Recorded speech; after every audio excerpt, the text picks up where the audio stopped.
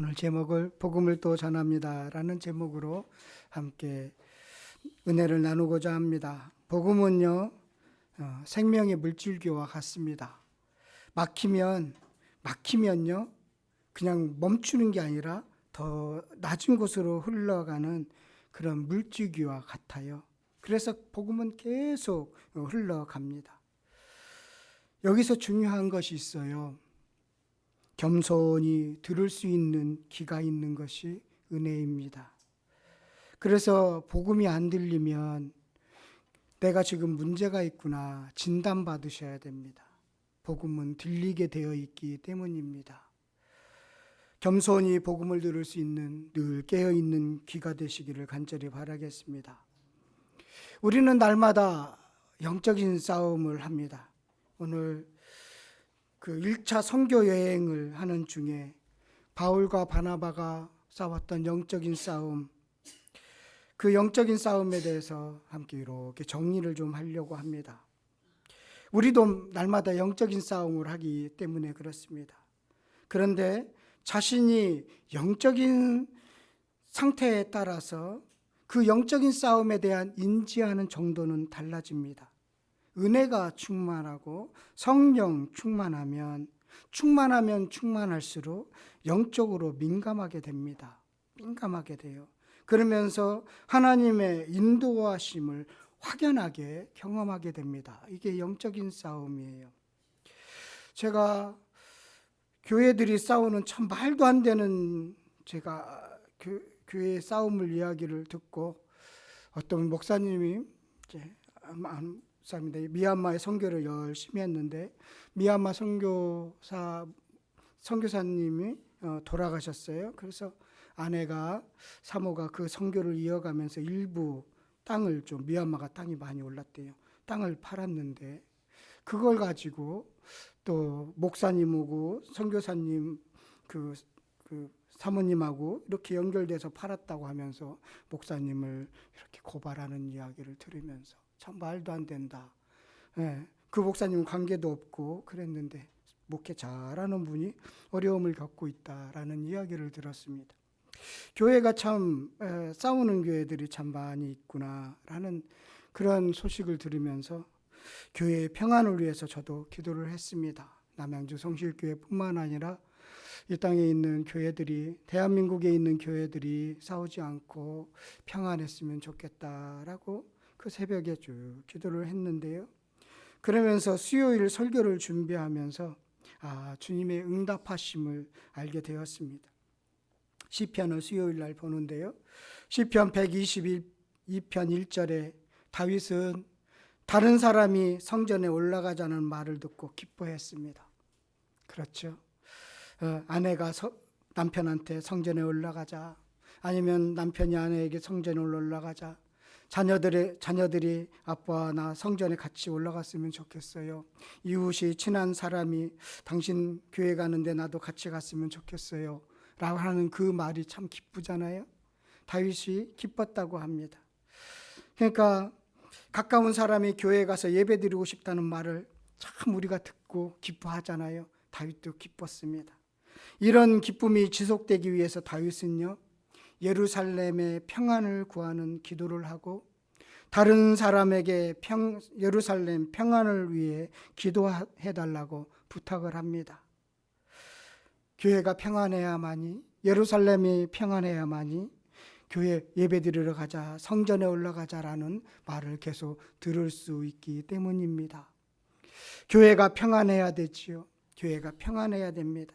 싸우는 교회는 불통하기 때문에 그렇습니다. 그래서 저도 예배드리고 가고 싶다는 말을 들으면 기쁜데, 감사한데, 이 감사의 말, 기쁨의 말을 계속 듣기 위해서는 교회가 평안해야 되겠구나 라고 그렇게 월요일 날, 화요일 날 기도했는데 수요일 날 설교를 준비하면서 은혜를 받았습니다. 응답하심이었지요. 주님의 뜻에 살려고 하면 이런 영적인 싸움은 당연하게 따라오고, 우리가 은혜 충만하면 하나님의 응답하심에 쉽게 경험할 수 있음을 알게 됩니다. 바울이 복음을 전했습니다. 이를 싫어해서 방해하고 비방하는 세력들이 등장합니다. 이것이 영적인 싸움이에요. 복음을 전하니까 방해하는 세력이 등장합니다. 영적인 싸움이 시작되는 것입니다. 그래서 오늘은 사도 바울이 1차 선교 여행 기간 동안 겪었던 영적인 싸움의 어떤 경향들을 좀 알고자 합니다. 특히 방해하는 세력들이 어떻게 행동하는지, 그리고 이에 대해서 하나님은 하나님의 자녀들을 어떻게 보호하고 인도하시는지, 이것을 보고자 합니다. 하나님은 오늘 우리들에게도 동일하게 그렇게 하시기 때문입니다. 어떻게 바나와 바울을 보호하셨는지, 하나님의 제자들을 어떻게 그렇게 인도하셨는지를 그렇게 살펴보면서 영적인 싸움에 싸우고 있는 우리들이 어떤 보호를 받는지 함께 나누고자 합니다. 첫 번째 영적인 싸움은 바보에서 있었죠. 바예수라는 유대인 거짓 선지자 마술사가 방해를 했습니다. 이 사람은 1차 선교여행을 가지 않으면 만나지 않을 사람이었는데 1차 선교여행을 갔기 때문에, 복음을 전했기 때문에 이 사람을 만났지요. 이 사람은 총독 서기오 바울이 말씀을 듣지 못하도록 방해했습니다. 바울 일행을 대적했습니다. 이에 대해서 하나님은 어떻게 하여 이 바나바와 바울을 보호하셨을까요? 바울에게 성령 충만케 하셨습니다. 이것이 하나님의 보호하십니다. 한번 찾아가서 볼까요? 13장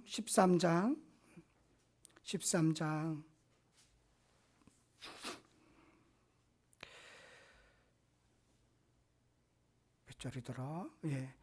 9절 말씀입니다. 13장 9절 말씀 함께 읽도록 하겠습니다. 바울이라 하는 사울이 성령이 충만하여 그를 주목하고, 하나님이 보호하심은 성령 충만함이었습니다. 그렇게 하여서 바예수라는 예수님의 아들이라고 이름을 자칭하는 바예수라는 거짓 선지자의 본 모습을 볼 수 있는 능력을 주셨습니다. 여기에 바울의 말에 권위를 또한 부어주셔서 대적자의 눈을 멀게 하셨습니다. 하나님은 이렇게 성령 충만함으로 말씀의 권위를 줌으로써 보호하시고 지켜주셨습니다. 지금도 이렇게 우리의 영적인 싸움에서 성령 충만함으로, 은혜 충만함으로, 그리고 여러분들이 선포하는 말의 능력을 주셔서 보호하고 계시다라는 것입니다. 이게 영적인 싸움입니다. 두 번째 영적인 싸움은 비시디아 안디옥에 있었습니다. 오늘 본문의 말씀이죠. 바울 일행이 복음을 전했습니다. 다음 안식일에도 복음을 전해달라는 부탁을 받았습니다. 다음 안식일에는 소문을 듣고 엄청난 사람들이 몰려들었습니다. 온 시민이 거의 다 하나님의 말씀을 듣기 위해서 모였습니다. 일부는 무슨 일이 있을까 호기심으로 찾아온 이들도 있을 것입니다. 자, 여기서 이제 영적인 싸움에 다른 형태를 띠고 있음을 보게 됩니다. 전에는 개인적이었는데 이번에는 집단이 움직입니다. 집단적으로 움직여요. 비시디오 안디옥의 유대교 지도자들과 그의 추종자들이 집단적으로 방해하고 있습니다.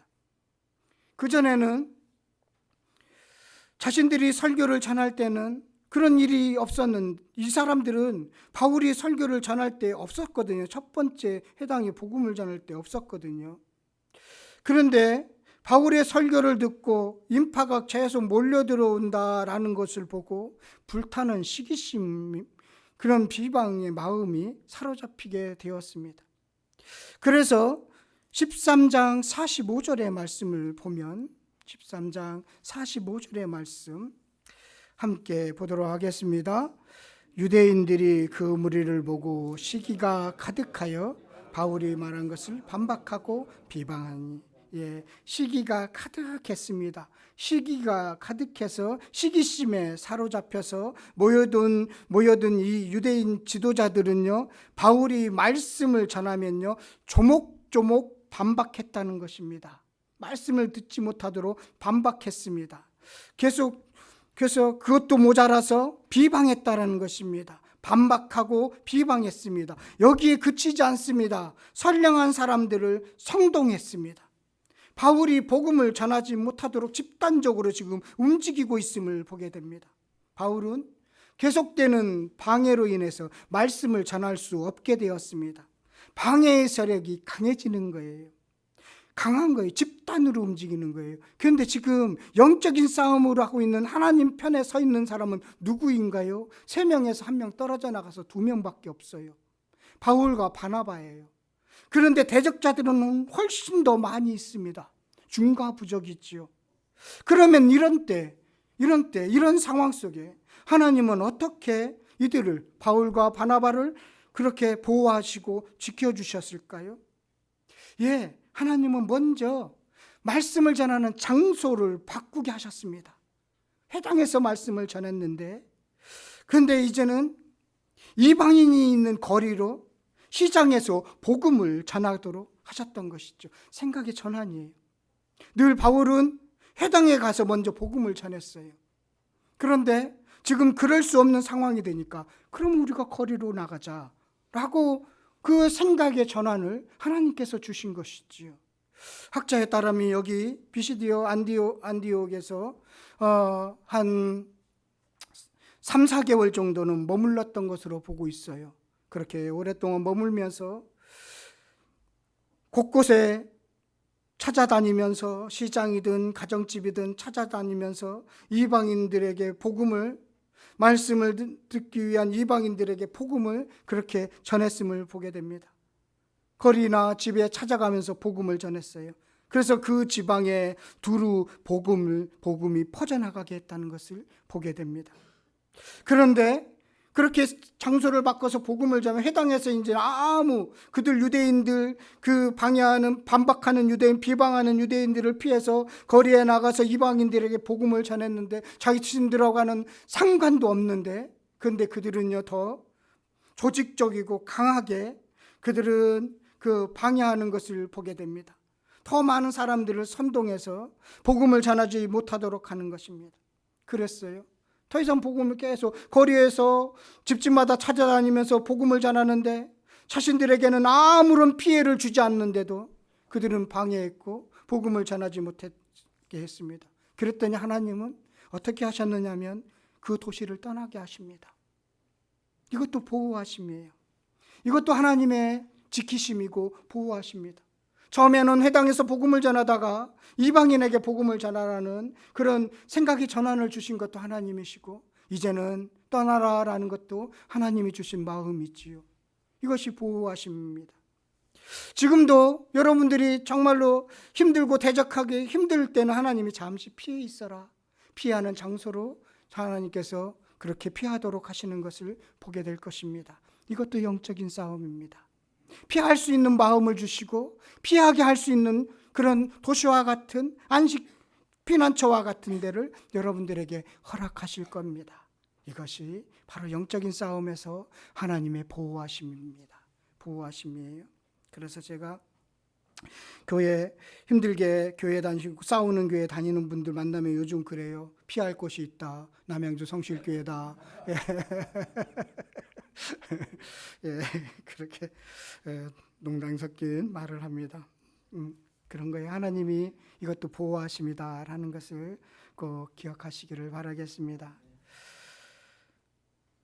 그리고요, 이제 잠시 이들이 다른 도시로 피해요. 여기 피하는 도시가 어디냐면 14장 1절 말씀 한번 다 같이 보도록 하겠습니다. 14장 1절 말씀입니다. 함께 보겠습니다. 이건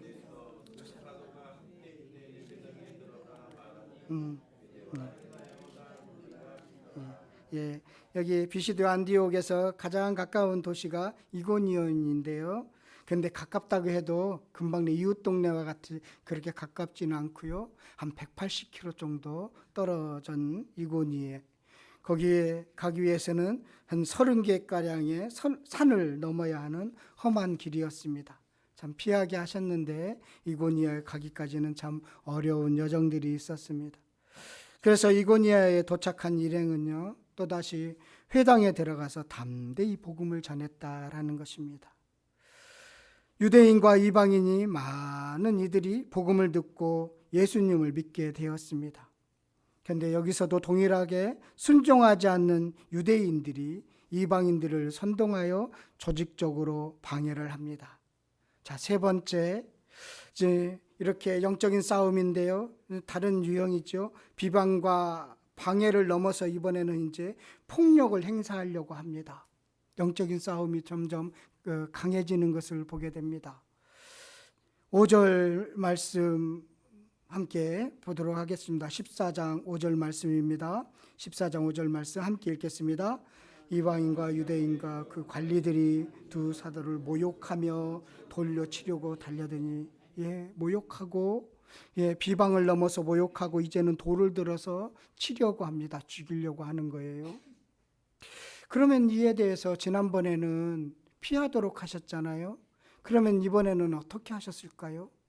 3절입니다. 14장 3절 말씀 함께 읽도록 하겠습니다. 두 사도가 오래 있어 주를 힘입어 담대히 말하니 주께서 그들의 손으로 표적과 기사를 행하게 하사 그 은혜의 말씀을 증언하니라. 지난번에는 장소와 도시를 옮기게 하셨는데 이번에는 이 영적인 싸움의 다른 형태인데 이번에는 오래 참도록 하셨습니다. 오래 참도록 하셨어요. 참는데 어떻게 참게 하십니까? 이것이 영적인 싸움의 또 다른 원리입니다. 주님이 힘을 주셨습니다. 주님이 힘을 주셨어요. 여러분, 주님이 힘을 주시면 됩니다. 사람의 인정이나 응원이 아니라 주님이 힘 주시면 됩니다. 그리고 나서요, 표적과 기사를 행하게 하셨습니다. 여기서 표적과 기사를 행하게 하셨는데 주어가 중요해요. 주어가 중요해요. 두 사도가 오래 있어. 이 두 사도가 주어죠. 사도는 오래 있었어요. 주를 힘입어 담대히 말하니 말씀을 전하도록 하셨어요. 여기서의 주어는 두 사도예요. 그런데 주께서 주어가 바뀌어요. 주께서 그들의 손으로 표적과 기사를 행하게 하셔서 그들의 손이 바울과 바나바죠. 표적과 기사를 행하게 하셔서 행하게 하여 주사 자기 은혜의 말씀을 증언하셨다라는 겁니다. 주어가 바뀌어요. 주님이 주체입니다. 주님께서 자기 은혜의 말씀을 증언하시기 위해서 표적과 이적을 하도록 그 바울과 바나바를 쓰신 겁니다. 도구로 쓰신 거예요. 바울과 바나바가 능력이 있어서 표적과 기적을 일으킨 것이 아니라 주님이 일으키셨습니다. 주님이 하셨어요. 목적이 뭐죠? 자기 은혜의 말씀을 증언하기 위해서. 하나님의 말씀이 예수가 그리스도다. 예수가 그리스도다. 예수가 생명이다.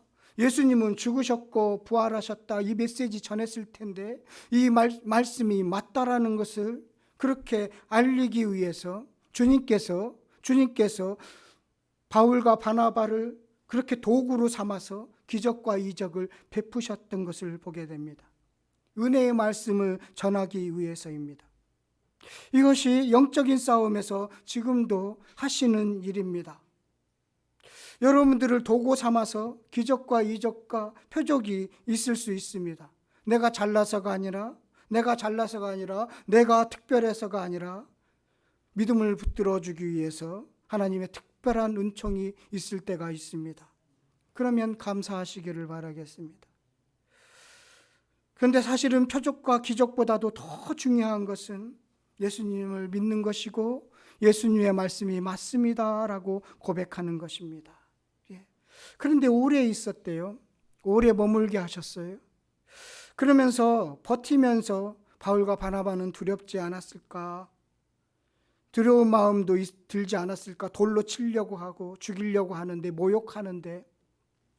모욕했다는 것은 어쩌면 뺨을 따린다든가 이런 것들이 모욕이잖아요. 그렇죠? 아니면 다른 일들이 있을지는 모르겠지만 돌로 칠 정도로 그렇게 과격해졌는데 버티면서 좀 두려운 마음이 들지 않았을까라는 생각을 가질 수도 있었을 텐데, 버티면서 이들이 버틸 수 있는 것은 주를 힘입어 담대히 말하니 주를 힘입어가 이것이 바로 신앙의 원리구나, 영적인 싸움의 원리구나라는 것을 깨닫게 됩니다. 주를 힘입어야 됩니다. 주를 힘입어야 돼요. 이것은요, 어쩌면 인생을 사는 원리이기도 합니다. 어려움이 있을 때, 정말로 힘든 일이 있을 때 어떻게 해야 하는가? 주를 힘입어 견뎌내는 것입니다. 견뎌내는 것입니다. 주를 힘입어 견뎌내면 하나님이 하나님의 일을 하시기 위해서 기적과 표적도 주님께서 일으켜 세우실 줄 믿습니다. 예.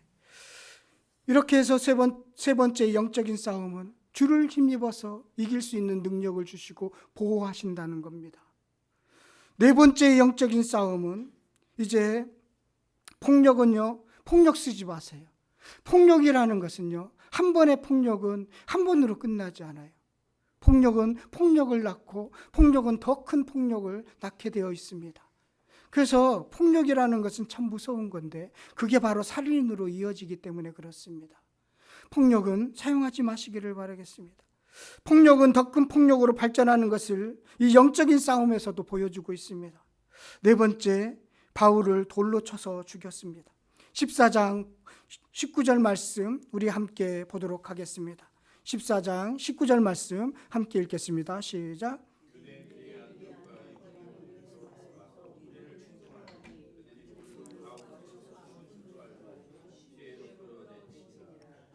예, 여기서 비시디아 안디옥에서 왔죠. 이고니아에서 왔어요. 비시디아 안디옥 아까 180km 정도 떨어졌다고 그랬죠. 이고니아에서 이쪽에 한 3, 40km 정도 되거든요. 대단한 열심이죠. 잘못된 열심입니다. 잘못된 열심이 가득한 사람이 한 것은요, 그렇게 여기까지 와서 바울 일행의 복음을 전하도록 못하도록 한 이들의 열심, 종교적인 열심, 자신들은 하나님을 섬긴다고 하는 그 열심이 무엇을 하는 줄 아세요? 돌을 드는 것밖에 없는 것입니다. 예수 생명이 없는 사람들, 종교적인 열심이 있는 사람들이 위험한 이유가 여기 있습니다. 돌을 들어서 죽이는 일이었습니다. 잘못된 종교적인 열심이 얼마나 위험한지를, 무서운지를 알려주고 있습니다. 주님을 잃어버린 사람들이, 십자가의 복음을 잃어버린 사람들이, 생명을 알지 못하는 사람들의 종교적인 열심이 얼마나 무서운지를 알려주고 있습니다. 그 잘못된 열정은 죽이는 일밖에 없다는 것입니다. 죽이는 일밖에 하지 못해요. 그렇다면 하나님은 어떻게 보호하셨을까요? 하나님은 어떻게 보호하셨을까요? 여기 루스드라는 유대인들이 살지 않는 작은 도시였습니다. 그래서 거기에 보면 선천적으로 걷지 못하는 이가 일어나는 표적이 나타나게 하는 것을 보게 됩니다. 선천적으로 일어나지 못하는 일을 그렇게 막 걷게 해주는 그런 귀한 일들이 있어요. 그런 일을 먼저 경험하게 해주십니다. 9절 말씀, 14장 9절 말씀 우리 한번 보도록 하겠습니다. 바울이 말하는 것을 듣거늘 바울이 주목하여 구원받은 믿음이 그에게 있는 것을 보고, 선천적으로 낳지 못하는 사람, 근데 바울이 복음을 전하는데 그의 그 복음에 대한 듣는 태도가 구원받을 만한 믿음이 있는 것이 바울에게 보여요. 복음 전하면, 저도 여기에서 복음 전하면 저분은 이렇게 오늘 우리 교회 성도들은 다 복음을 잘 듣지만, 제가 어떤 다른 교회 가서 복음 말씀을 전하면 어떤 분은 눈도 감기도 하고 그러면 저분은 안 들으려고 마음 먹었나 보다, 그런 생각이 들 때도 있습니다. 그런 교회는 더 이상 부르지는 않더라고요. 그런 것처럼 바울이 보니까 이 사람이 믿음이 있어요. 구원받을 만한 믿음이 있어요. 그래서 걷게 되는 은혜가 있음을 보게 됩니다. 그러고 나서 이제 그 정말로 큰 영적인 싸움을 이렇게 맞이하게 됩니다. 바울이 돌을 맞아 죽게 됐어요. 오늘 19절 말씀, 돌로 맞아 죽었어요. 돌로 맞아 죽었습니다. 왜 하나님은, 여기서 제가 잠깐 멈췄어요. 기적과 이적을 베풀게 하시고 거기에 하나님의 복음을 전하도록 하셨는데 왜 19절의 일을 하나님은 그렇게 허락하셨을까? 돌로 바울이 죽은 줄 알고 성 밖으로 들고 나갔거든요. 그냥 들고 나갔겠어요? 이들이 질질 끌고 나갔겠지요. 돌을 맞았으니 얼마나 상처가 많겠습니까? 왜 하나님의 보호하심은 여기서 끝나는 것일까? 죽도록 내버려 두셨는가? 아니죠. 여기서 많이 머물렀는데 왜 이렇게 돌로 맞아서 죽는 줄 알고 시해로 끌려가도록 내버려 두었을까? 그리고 나서 더 이상 말이 없어요. 제자들이 돌아섰을 때 바울이 일어나 그 성에 들어갔다가 라고 나오죠. 일어났어요. 이렇게 세워주셨어요. 그러면 이렇게 세워주실 거면 굳이 돌로 맞아 죽게 할 필요가 없었을 텐데 왜 이런 일이 있도록 하셨을까? 여기 이제 바울이 죽은 줄 알고 뱅 둘러 예수님의 말씀을 복음을 들은 사람들이 제자들이 몇몇 있었습니다. 거기에 누가 있었느냐면 디모데가 있었습니다. 디모데가 있어요. 바울의 고통을 잠시 허락한 이유는 잘 모르겠지만 디모데라는 귀한 주님의 종을 그렇게 세우기 위해서 잠시 고통을 허락하신 것은 아닐까 그런 생각도 들었습니다. 이렇게 네 번째 영적인 싸움은 하나님이 아주 극한 상황으로 그렇게 내몰아쳤다가 살리시는 은혜의 영적인 싸움을 보게 됩니다. 그렇게 보호하셨습니다. 참 모르겠지요. 아무런 고통도 없이 어려움도 없이 우리가 영적인 싸움에서 늘 승리했으면 좋겠는데 어떤 때는 이렇게 돌로 맞아서 죽은 줄로 알 정도로 심한 고통도 하나님이 잠시 허락하신다는 거예요. 이것도 영적인 싸움이라는 거예요. 그런데 하나님은 그 죽은 채로 내버려 두지 않고 아직 복음을 전해야 되기 때문에 아직 사명이 있기 때문에 일으켜 세우시는 것을 보게 됩니다. 지금도 영적인 싸움은 계속됩니다. 우리들은 오늘 네 가지의 유형만을 봤지만 이보다도 훨씬 더 많은 유형의 영적인 싸움을 합니다. 여러분, 영적으로 이 영적인 싸움에서 이길 수 있는 것은 우리가 민감하셔야 돼요. 깨어 있어야 돼요. 깨어 있어야 돼요. 그러면 깨어 있기 위해서는 무엇이 필요할까요? 말씀을 듣는 태도가 달라야 되는 것입니다. 말씀을 듣는 태도가 달라야 돼요. 오늘 9절 말씀 보면 구원을 받을 만한 믿음이 그에게 있는 것을 보고 구원을 받을 만한 믿음, 말씀을 전하는데 듣는데 그 말씀을 듣는데 구원을 받을 만한 믿음으로 그 말씀을 듣고 있어요. 그리고 기도하는 거죠. 이것이 바로 영적인 싸움에서 이길 수 있는, 우리가 다양한 유형의 영적인 싸움을 하는데 영적인 싸움을 이길 수 있는 도구인 것을 기억하시기를 바라겠습니다. 이스라엘 백성에게 하나님이 복을 약속하시면서 주신 말씀이 있어요. 신명기 28장에는 물질의 복과 영혼의 복을 약속하십니다. 그 복을 받는 조건이 1절인데요. 우리 신명기 28장 1절 말씀 한번 가서 찾아보도록 하겠습니다. 신명기 28장 1절 말씀입니다. 신명기 28장 1절 말씀.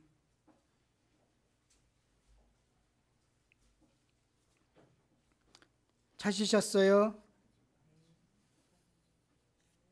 네. 함께 읽도록 하겠습니다.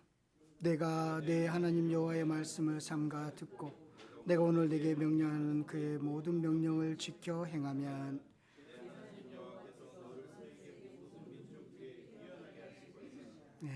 네, 아멘. 말씀을 듣고 지키면 됩니다. 말씀을 듣고 지키면 됩니다. 이것이 영적으로 민감할 때 나타나는 태도입니다. 그래야만이 영적인 전쟁에서 싸움에서 승리할 수 있습니다. 우리 함께